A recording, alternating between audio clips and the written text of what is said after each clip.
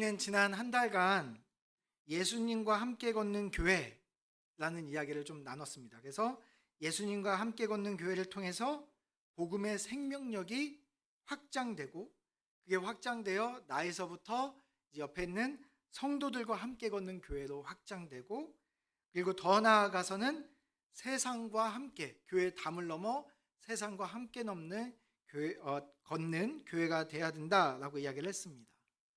이 모든 것이 가능하게 하기 위해서는 복음의 생명력이 중요합니다. 복음의 생명력이 사라진다면, 우리 지난주에 함께 나눴던 것처럼 교회는 과거의 영광만 가득한 박물관처럼 변하게 될 것이다 라고 이야기를 했습니다. 그렇다면 어떻게 해야 복음의 생명력이 넘치는 교회, 그리고 복음의 생명력이 넘치는 그리스도인으로 우리가 살아갈 수 있을까요? 그 이야기를 오늘 우리가 본문 말씀을 통해서 함께 발견하기를 원합니다. 오늘 말씀 10절에 보면 이렇게 되어 있습니다. 우리 10절 말씀 우리 먼저 다시 한번 읽도록 하겠습니다. 시작. 두 사람이 기도하러 성전에 올라가니 하나는 바리새인이요 하나는 세리라. 네, 오후 3시가 되어가고 있습니다. 이 시간이 되면 모든 유대인들은 기도하기 위해 성전으로 모이게 됩니다. 성전에는 사람들로 이미 북적이고 있습니다. 이때 모든 모인 사람들의 시선을 빼앗는 2명의 사람이 이곳에 등장하게 됩니다. 여기 있던 한 사람은 모든 백성의 존경을 한 몸에 받는 바리새인이라는 사람이었습니다. 우리가 교회를 오래 다니다 보면 바리새인들에 대해서 손가락질을 많이 하게 되고, 예수님이 엄청 혼냈기 때문에 바리새인 하면 엄청 욕먹고 사는 사람들처럼 느껴지지만, 당시의 바리새인들은 그런 사람들이 아니었습니다. 모든 사람들이 존경하고 하나님과 가장 가까운 사람이라고 느꼈던 게 바리새인들이었습니다. 바리새인이 성전을 향해 걸어가고 있습니다. 그의 발걸음은 당당했을 것입니다. 긴 옷자락을 휘날리며 당당하게 걸어갑니다. 그리고 그냥 걸어가는 것이 아니라 성전의 가장 앞쪽, 하나님이 계시다고 하는 그 성소를 향해 거침없이 걸어서 다른 사람들이 감히 가지 못하는 그 앞까지 탁탁 걸어가서 딱 성소 앞에 홀로 딱 섭니다. 그런데 그 뒤에, 기둥 뒤에 어두운 구석에 그림자처럼 숨어있는 또 한 사람이 있습니다. 그는 아주 조심히 들어왔습니다. 사람들의 시선을 피해서 조심히 들어왔는데도 불구하고 자신을 알아본 많은 사람들의 그 따가운 시선을 받고 있습니다. 그는 바로 세리입니다. 세리는 당시 이 이스라엘을 지배했던 로마 제국의 편에 서서 안 그래도 힘든 삶을 살고 있는 이스라엘 백성들의 고열을 빼어먹는 사람들이었습니다. 일제시대 앞잡이 같은 역할을 했던 사람들이죠. 로마에 보내야 될 정해진 세금이 있었습니다. 근데 그 정해진 세금보다 세리들은 정해진 것 이상으로 자기가 많이 빼앗으면 빼앗을수록 그것이 자기의 재산이 되었습니다. 그러니까 얼마를 빼앗느냐는 정해져 있지 않았어요. 정해진 세금만 보내면 됐던 거죠. 그래서 당시의 세리들은 사람들의 것들을 빼앗고, 자기 동족의 것들을 빼앗고, 힘들고 어려운 백성들의 것들을 빼앗아서 세금을 보내고 자신의 삶을 여유 있게 즐기던 사람이었습니다. 그러다 보니까 사람들이 그의 등장과 함께 수군거리고 손가락질하기 시작했던 거죠. 자, 3시가 되었습니다. 기도가 시작됩니다. 모든 사람들이 각자가 자기가 서 있는 그 자리에서 기도하기 시작합니다. 두 사람 역시, 바리새인은 성소 맨 앞에, 세리는 저 구석 기둥 뒤에 숨어서 기도하기 시작했습니다. 바리새인의 기도는 이렇습니다. 우리 11절 말씀 함께 읽겠습니다. 우리 난방을 좀 조절해 주시면 좋겠습니다. 더워서 부채질 하시는 분들 좀 계신 것 같습니다. 네, 우리 11절 말씀 함께 읽겠습니다. 시작. 바리새인은 서서 따로 기도하여 이르되 하나님이여, 나는 다른 사람들 곧 토색, 불일, 간음을 하는 자들과 같지 아니하고 이 세리와도 같지 아니함을 감사하나이다. 바리새인은 지금 다른 사람들이 겁나서 서 있지도 못할 성소 가까이에 서서 뒤에 서 있는 수많은 사람들이 들리도록 큰 소리로 기도하고 있습니다. 그의 기도는 하나님이여 라고 하며 하나님을 향해서 기도하는 것 같지만 사실 그 뒤에 있는 사람들을 향해서 기도하고 있는 겁니다. 그러면서 하나님이여, 그러면서 특히 저 뒤에 있는 세일 같지 않음을 감사하며 기도하고 있습니다. 그러면서 저는 토색하지 않았습니다.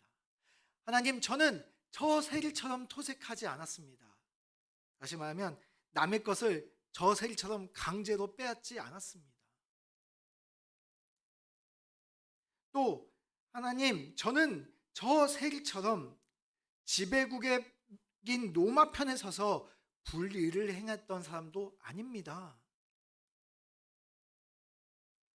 또 하나님, 저는 여기 이 간음과 같은 윤리적인 문제도 행하지 않은 그런 사람입니다 라고 이야기하고 있습니다.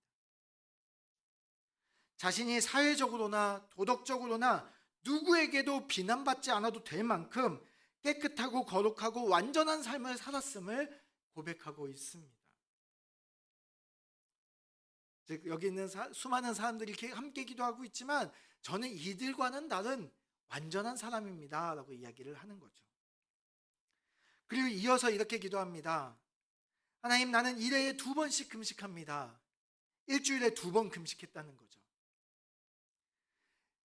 유대 사회에서 유대인들은 1년에 딱 한 번 대속제일에 금식을 했습니다. 그게 정해진 금식법이었어요. 1년에 한 번 금식하도록 법이 정해져 있습니다. 유대인의 전통입니다. 그런데 지금 바리새인은 이렇게 이야기한 거죠. 하나님, 저들은 1년에 한 번밖에 금식 안 하지만 저는 일주일에 그것도 2번이나 금식하는 사람입니다. 또 헌금도 11조를 꼬박꼬박 체크해서 내고 있습니다 라고 이야기를 하고 있습니다. 그는 지금 내가 지금 사람들 앞에서도 완벽하지만 나는 하나님 앞에서도 완벽하고 의로운 사람이라고 기도하고 있습니다. 그래서 바리새인의 기도는 어떤 기도였냐? 바리새인의 기도는 하나님의 이름을 부르고 있지만 철저히 자신의 의의를 드러내기 위해 기도하고 있는 겁니다. 여러분, 이 기도를 들으시면서 어떻습니까? 오늘 우리 각배준 사님 기도해 주셨는데 대표 기도 때 이렇게 기도하셨다고 생각해 봅시다. 각배준 사님이 저는 여기 앉아 있는 사람들과 다르게 저는 완벽합니다. 저는 저기 제가 누구 어느 집사 죄 짓는 걸 아는데 저는 그렇게 살지 않았습니다. 만약에 오늘 기도할 때 만약에 그렇게 기도했다고 칩시다. 그럴 분이 전혀 아니시겠지만 그랬다고 칩시다. 그러면 여러분 그 기도 들으시고 여러분 어떠셨을 거라고 생각됩니까? 여러분, 곽배수 선생님이 만약에 그런 기도했다면 오늘 기도하면서 우리가 그 기도를 들을 때마다 아멘이라고 이야기할 수 있었을까요? 아마 굉장히 짜증이 났을 겁니다. 뭘 하는 거야? 막 이러면서 막. 아마 오늘 예배 후에 이렇게 기도하셨다면 곽배준 사님은 식사할 때 혼자 드셨어야 될 겁니다. 그런데 이 기도를 들으면서 오히려 마음이 무너지는 한 사람이 있었습니다. 그 사람은 바로 저 뒤에 기둥 뒤에 그림자처럼 숨어 있었던 세리라는 사람이었습니다. 그의 기도는 이렇습니다. 세리는 감히 그곳에 다가지도 못하고 멀리 서서 하나님을 바라보지도 못하고 하늘을 쳐다볼 엄두도 나지 못해 겁이 나서 하늘을 쳐다보지도 못하고 소리도 내지 못하며 가슴을 치고 기도하고 있습니다. 하나님이여, 나를 불쌍히 여기소서. 나는 죄인입니다 라고 기도하고 있습니다. 당시 유대 사회에서 가슴을 친다라는 말은 이 오른손으로 심장을 친다라는 뜻인데요, 이것은 나의 죄를 느끼고 이 죄 때문에 내가 죽을 것 같아서 하나님 앞에 죄를 토해내듯 이야기할 때 이 가슴을 친다라고 이야기를 합니다. 지금 이 세리는 가슴을 치며 내 이 죄의 무게가 너무나 커서 죽게 될 것 같은 그 느낌을 지금 하나님 앞에 고백하고 있는 겁니다. 우리나라 어머니들이 한매 칠 때 어떤가요? 가슴 치며 막 이야기하시잖아요. 지금 세리도 지금 답답하고 타들어가는 이 속을 풀 방법이 없어서 주먹으로 가슴을 치며 하나님 앞에 서 있습니다.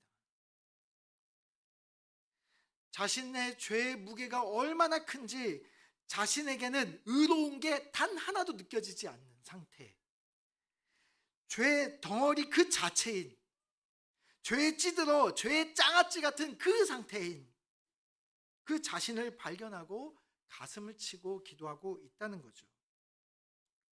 그래서 하나님, 나를 불쌍히 여기소서라고 이야기하고 있습니다.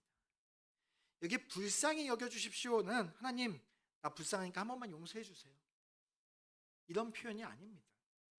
여기 불쌍히 여기소서에서 그 원어적으로 이것은 속죄하다, 죄를 용서받다라는 뜻과 같은 언어를 쓰고 있습니다. 다시 말하면 무엇이냐면, 하나님, 내가 죽어 마땅한 죄인입니다. 그런데 하나님, 나의 죄를 주님의 은혜로 용서해 주십시오, 해결해 주십시오 라고 고백하고 있는 거죠. 다시 말해서 하나님의 은혜, 나의 죄를 덮는 하나님의 은혜가 간절히 필요합니다.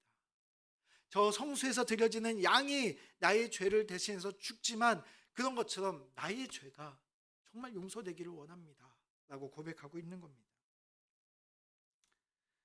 세리는 지금 자신이 얼마나 죄로 인하여 망가지고 깨어져 있는 존재인지를 지금 하나님 앞에 기도하며 발견하기 시작했습니다. 자신의 의로는 결코 하나님 앞에 나아갈 수 없음을 지금 발견하고 저 뒤에 숨어 가슴을 치고 기도하고 있는 거죠.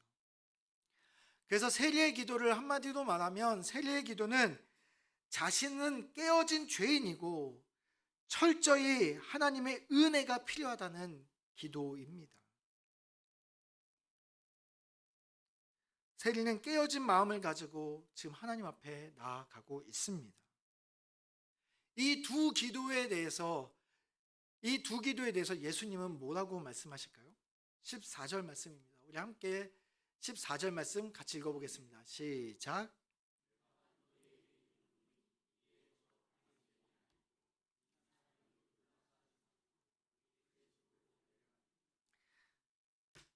저 바리새인이 아니고 이 사람이 의롭다 하심을 받았다라고 말씀하십니다. 충격적인 판결입니다.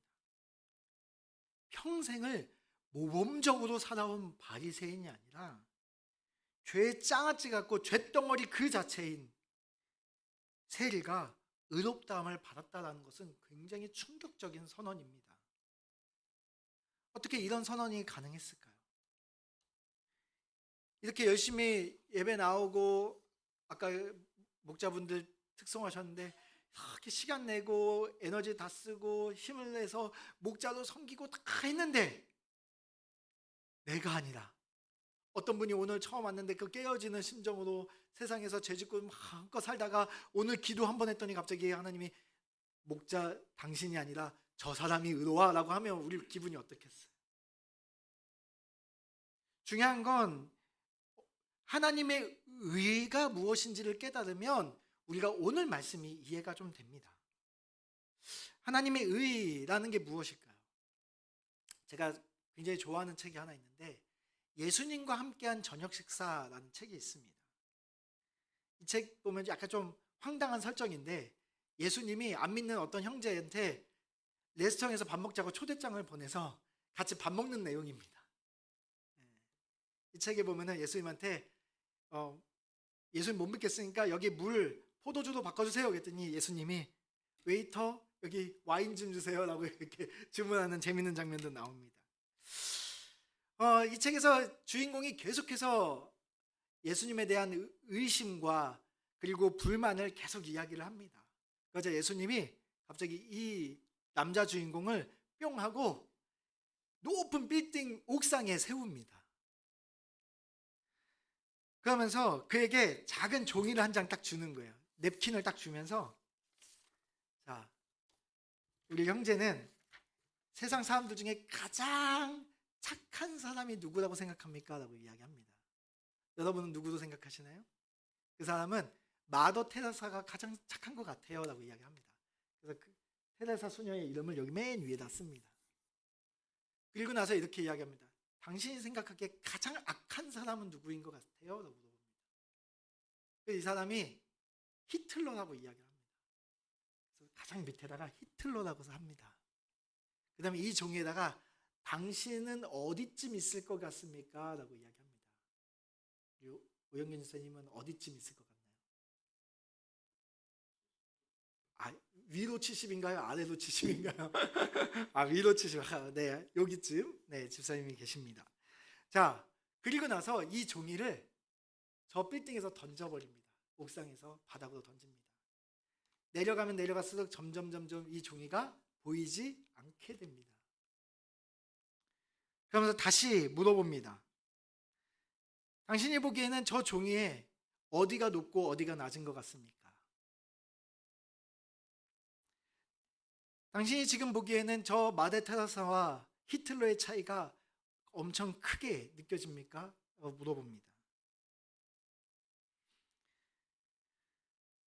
냅킨 위에서는 위와 아래가 분명할진 모르지만 이 빌딩 위에 서서 보면 아무것도 아니라는 거예요. 점으로도 안 보인다는 겁니다. 하나님의 기준, 하나님의 의의가 뭐냐면 바로 이 빌딩 위의 기준입니다. 인간이 아무리 선해도 이 냅킨 위에서 의로운 겁니다. 인간이 아무리 악해도 이 냅킨 안에서 악한 겁니다. 우리는 서로가 저 인간은 저렇게 악해. 우리끼리는 서로 이 선에서 줄을 세울지 모르지만 하나님의 기준인 빌딩 위에서 보면 우리 모두가 하나님의 기준에는 택도 없는 존재라는 거예요. 택도 없는 존재. 그 누구도 하나님의 기준에 아무리 노력해도 이 냅킨 안에서 왔다 갔다 할 뿐 하나님의 기준에는 미치지 못한다는 거죠. 우리 모두는 하나님의 그 거룩하신 기준 앞에서 우리 모두는 자격이 완전히 미달인 죄인일 뿐이라는 사실입니다. 하나님의 거룩하심, 그 하나님의 기준을 알고 나의 죄인됨, 내 상태를 알게 될 때 우리는 그 간격이 얼마나 큰지를 깨닫게 되는 거죠. 그것을 깨닫고 나서 우리는 예수님을 믿게 되었습니다. 그리고 우리가 신앙생활 하면서도 어떤가요? 신앙생활 하면서 날마다 어떻게 되나요? 하나님에 대해서 계속 알아가면 알아갈수록 하나님의 의로우심은 계속 더 그 거룩하심은 크다는 것을 깨닫게 됩니다. 그 신앙생활 하면 할수록 삶은 이전보다 더 괜찮은 것 같은데 우리 안에 진짜 깊이 해결되지 않는 죄의 문제가 얼마나 큰지를 깨닫게 됩니다. 예전에는 치고받고 싸우는 문제가 내 안에 있었다면 이제는 치고받고 싸우진 않지만 여전히 내 안에 미움과 다툼이 내 안에 있다는 것. 이 문제가 해결되지 않아서 뒹굴어 본 사람은 내가 얼마나 죄인인지 죄의 장아찌인지를 알게 됩니다.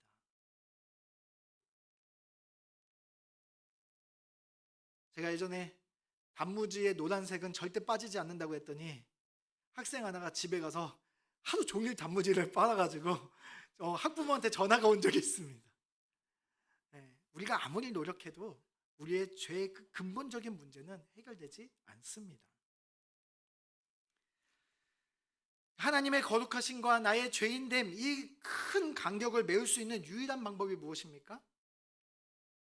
그게 바로 나의 그 간격을 채울 수 있는 유일한 방법은 바로 예수 그리스도의 십자가의 은혜밖에 없습니다. 내가 날마다 예수님의 십자가 앞에 서지 않으면 우리는 언제든지 바리새인 같은 삶을 살 수도 있다는 말이기도 합니다.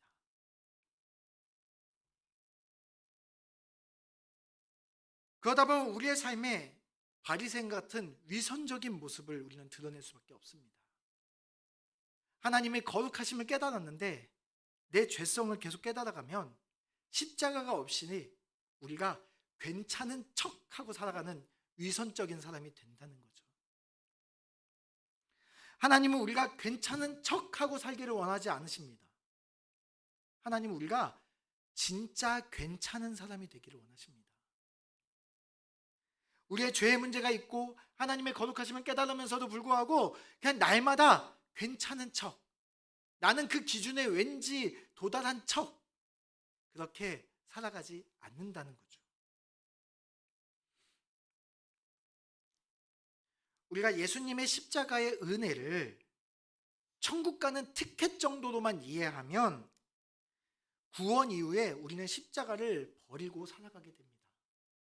나중에 천국 가서 예수님 오랜만에 뵀는데 여전하시네요 라고 하면서 인사하게 되는 거죠. 그러나 우리의 삶은 그 십자가를 매일매일 붙드는 삶 속에서, 그 십자가의 은혜를 매일매일 경험하는 삶 속에서 내가 얼마나 죄인이고 하나님의 거룩하심이 얼마나 높은지를 깨닫지만 내가 받은 그 십자가의 은혜의 사랑이 얼마나 큰지를 깨닫기 때문에 나의 의를 드러내지 않는 삶을 살아가게 되는 겁니다. 거짓으로 나를 포장하고 괜찮은 척 연기하면서 결국 내 속은 그 간격 속에서 썩어져가는 번지르한 종교인을 만들어내는 것이 아니라 진짜 괜찮은 사람, 나는 여전히 죄인이고 하나님의 거룩하심 높지만 내 안에 오늘도 십자가의 은혜가 있기 때문에 진짜 괜찮은 사람으로 만들어 가시는 거죠. 많은 그리스도인들이 위선적이다라고 손가락질을 받고 있습니다. 왜 이렇게 우리는 위선적인 삶으로 가고 있을까요? 베드로서 1장 9절에 보면 그의 옛 죄가 깨끗하게 된 것을 잊었느니라 라고 이야기하고 있습니다. 다시 말해 우리가 십자가의 은혜를 잊어버렸기 때문에 그리스도인들이 위선적인 괜찮은 척, 나는 안 그런 척하고 살아가고 있다는 거죠. 십자가의 은혜는 우리가 구원받은 그 순간에만 우리에게 유효한 것이 아니라 우리의 날마다 삶 속에서 그 십자가의 은혜로 계속해서 채워져 나가야 하는 것입니다. 내가 원래 얼마나 엉망진창인 사람인지, 그런 나를 하나님이 얼마나 큰 사랑으로 사랑하고 용서해 주셨는지, 그 옛 죄가 깨끗하게 된 그 감격을 계속해서 기억해 내야 하는 것입니다. 그런데 우리가 그렇게 하나님 앞에 그 십자가의 은혜 앞에 나아가지 않으면 우리는 영적 기억 상실증에 빠지게 되는 것입니다. 복음의 생명력을 잊어버리고 십자가의 은혜를 완전히 까마득히 잊어버린 기억 상실증에 걸려버리는 거죠. 그래서 내 삶엔 은혜가 없고 내 삶엔 사랑이 없고 용서받은 것 같지 않은 것 같은 그러한 삶을 살아가게 되는 겁니다. 그렇기 때문에 그리스도인이 성숙해져 가기 위해서는 날마다 십자가의 은혜 앞에 나아가야 합니다. 신앙이 깊어지고 성숙되어져 간다는 것이 바로 이런 의미입니다. 신앙이 성숙된다, 신앙이 성장했다, 신앙이 깊어졌다라는 뜻이 무엇입니까? 그것은 구원받았을 때보다 내가 더 뼛속까지 죄인임을 깨달았다는 것이고, 내가 구원받았을 때보다 하나님이 얼마나 크고 거룩하신 분이고 우리를 향한 그 사랑이 얼마나 큰지를 날마다 깨달아간다는 거예요. 내가 괜찮은 사람이 되었다가 아니라 내가 얼마나 그 큰 간격을 갖고 있는 사람인지를 깨달아가는 거예요. 그래서 그리스도인으로서 우리가 신앙이 성숙되면 성숙될수록 우리는 은혜가 충만한 사람이어야 하는 겁니다. 우리의 말과 행동이 은혜로워야 해요. 우리에게 채워진 그 은혜가 새어나와야 하는 겁니다. 우리를 통해서 그 은혜가 보여져야 하는 겁니다. 여기 세리가 오늘 가슴 치고 회개하고 그리고 가서 다음 기도 때까지 또 마음껏 토색하고 불의하고 간음하고 살았다고 생각해 보십시오. 그것은 진정한 회개가 아니죠.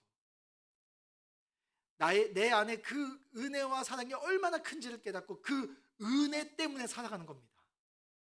은혜 때문에 살면 억지로 의로워지지 않아도 저절로 의로운 삶을 살아가게 됩니다. 하나님의 방법은 여기에 있습니다. 우리가 괜찮은 척하고 노력하며 사는 게 아니라 진짜 은혜로 인해 괜찮은 삶을 살게 하시기를 원하는 거죠.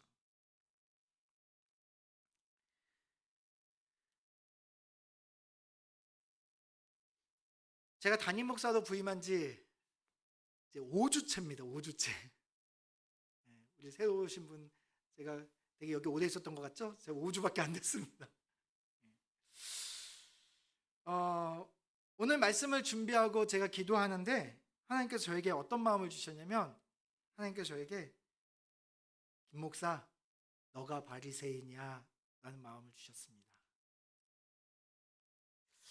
제가 여기 담임 목사로 부임하고 저도 모르게 제가 완벽한 사람이어야 된다는 함정에 빠져 있었던 것 같습니다.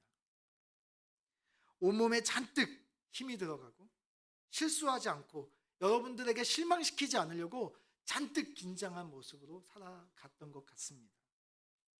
그래서 때때로 잠을 설치기도 하고 한숨을 푹푹 쉬기도 하고 앞에서는 괜찮은 척, 돌아가서는 안 괜찮은 내 실제 속마음대로 살아가고 와서는 괜찮은 척. 너가 바리새인이야. 하나님께서 그렇게 말씀해 주셨습니다. 저는 여러분들을 실망시키고 싶지 않았습니다. 여러분의 선택이 틀리지 않았다는 것을 느끼게 하고 싶었습니다. 또 인간적인 두려움도 있었습니다. 저의 책임감이라는 그 무게가 저를 누르기도 했습니다. 여러분들에게 인정받고 싶고 여러분들에게 사랑받고 싶었습니다. 그러나 오늘 말씀은 나의 완벽함으로 사역하려는 제 시도조차 결코 복음적이지 않다는 것을 깨닫게 해주었습니다. 나의 연약함을 인정하고 있는 모습 그대로 제가 나아가도록 하나님은 저보고 있는 모습 그대로 나아가라고 도전을 또 주셨습니다. 그래서 하나님께 제가 이렇게 멋지게 기도했습니다. 하나님, 제 연약함을 인정하기에는 저에게 그만한 용기가 없어요. 하나도 안 멋지게 기도했습니다. 하나님, 제가 그 두려움을 덮고도 남을 만한 하나님의 은혜가 저에게 충분히 채워져 있는 것 같지 않아요. 하나님, 저에게 괜찮은 척이 아니라 진짜 괜찮을 수 있도록 하나님의 그 은혜를 부어주세요.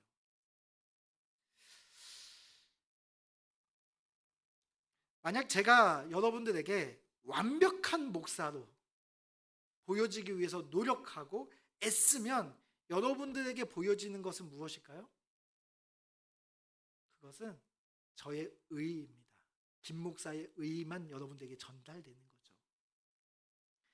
하지만 저의 연약함이 드러나고 그럼에도 불구하고 저를 선택하시고 사용하시는 하나님의 그 은혜가 여러분들에게 전해진다면 저의 의가 아니라 하나님의 십자가의 은혜, 하나님의 의가 여러분들에게 전해질 수 있게 되는 겁니다. 제가 깨어지고 제 연약함이 드러날 때 바로 그 틈 사이로 십자가의 압도적인 은혜가 여러분들에게 전달되는 것이죠. 바로 그때가 예수님의 시간이 될 것이라고 하나님께서 저에게 알려주셨습니다.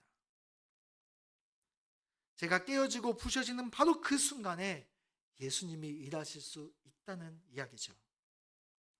이 부족한 사람을 통해서도 하나님이 어떻게 일하신지를 보여주겠다라고 하는 하나님의 음성과도 같았습니다. 우리는 괜찮은 척하고 사는 게 아니라 진짜 괜찮아야 합니다. 십자가의 은혜 앞에 우리는 진짜 괜찮아야 합니다. 여러분, 만약에 여러분이 그렇지 않다면 여러분의 의의를 내려놓고 하나님 앞에 깨어진 심령을 가지고 세리와 같이 나아가시기를 바랍니다. 오늘 말씀을 준비하면서 오늘 말씀의 원리를 가장 잘 설명해 주는 게 일본 도자기 예술 중에 킨츠기라고 있습니다. 킨츠기. 혹시 들어보셨나요? 킨츠기? 킨츠기는 깨어진 도자기를 버리는 게 아니라 그 틈을 옥과 금가루로 메워서 새롭게 수리하는 작업을 하는 예술이 이 킨츠기라는 예술입니다. 상처를 감추는 게 아니라 오히려 그 상처를 금으로 드러내서 이전보다 더 가치 있는 아름다운 작품으로 재탄생시키는 거예요. 우리의 삶에 우리의 깨어진 모습, 우리의 연약한 모습 사이에 예수 그리스도의 그 십자가의 보혈이 칠해져서 나의 의가 아니라 하나님의 의로 더 아름답게 내 삶을 빚어가시는 하나님의 그 사랑을 세상에 보여주는 것, 그것이 이 예수 그리스도의 그 킨츠기라고 생각됩니다. 오늘 말씀 앞에 우리 모두가 아름다운 예수 그리스도의 작품으로 새롭게 재탄생되기를 바랍니다. 이것이 바로 복음의 생명력입니다. 복음의 생명력은 온전할 때 생기는 것이 아니라 깨질 때, 그 깨진 것 가지고 십자가 앞에 나아갈 때 그 복음의 생명력을 얻을 수 있습니다. 오늘도 깨지고, 오늘도 나의 죄성을 깨닫고, 오늘도 하나님의 거룩하심 앞에 도저히 다가갈 수 없는 나 자신을 깨닫고, 그 깨진 나를 십자가 앞에 들고 나갈 때 그곳에서 우리의 복음의 생명력이 새어나오게 되는 것입니다. 우리 가슴치고 기도했던 세리처럼 날마다 깨어진 심령을 가지고 복음 앞에 나를 세우고 나의 그 연약한 모습을 발견하고 그 깨어진 심령을 가지고 십자가 앞에 날마다 쉬지 않고 나아가는 저와 여러분이 되시기를 바랍니다. 우리 대전성서 침례교회는 완벽한 의로운 사람들이 모인 교회가 되기를 원치 않습니다. 오히려 연약한 사람들, 서로 깨어진 상처가 있는 사람들이 모인 자리가 되기를 바랍니다. 그래서 우리는 우리의 깨어짐은 볼품없으나 우리를 하나로 붙이신 예수 그리스도의 그 십자가의 은혜가 드러나는 교회가 되기를 바랍니다. 우리가 모여 있는 바로 그곳에 십자가의 그 사랑이, 그 은혜가 전해지기를 바랍니다. 오늘 이 시간에 우리 함께 찬양 올려드리도록 하겠습니다. 우리 마음이 상한 자들, 우리 함께 찬양할 때 하나님, 나의 깨어진 마음을 주님 고쳐 주옵소서. 우리 이 시간에 오늘 말씀을 생각하며 고백하는 심령으로 함께 나아가도록 하겠습니다.